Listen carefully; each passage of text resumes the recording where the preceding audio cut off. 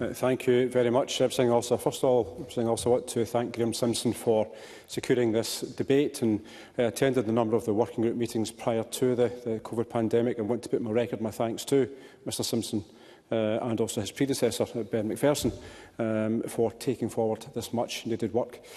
The Working Group on Maintenance of Tenement Scheme Property Final Recommendations report, published in 2019, which Graham Simpson referenced, for me is a hugely important document published by any aspect of this Parliament. My own constituency, like others across the Chamber, has many tenements in the constituency.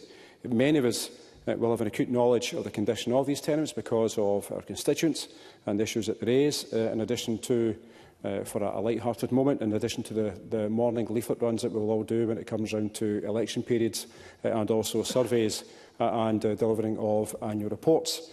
Now, there are many stunning tenements across the country, well maintained and also in very much good condition.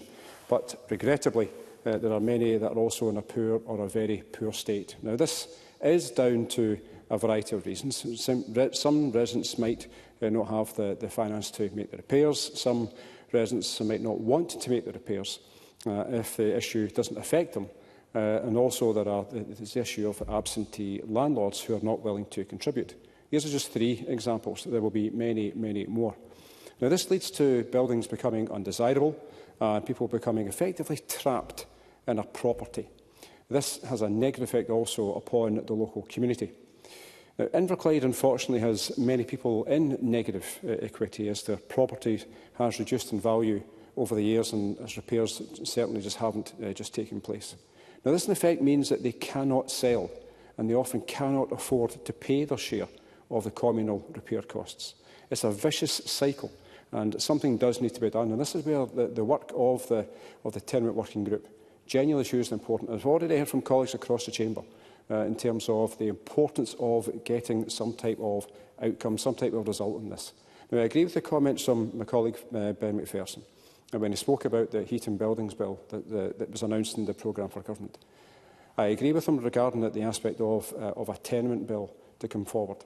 Now, this is where the work of the Scottish Law Commission is hugely important. As Graham Simpson will recall from our early days in this session in the Delegated Powers and Law Reform Committee, I think it's fair to say that we pushed the boundaries and the envelope of what that committee could be doing and should be doing with regards to the work of the SLC in this regard. And also, one of the recommendations that we did undertake was to refer it to the relevant committee in the Scottish Parliament. But that didn't stop the dialogue with the SLC, which is hugely important.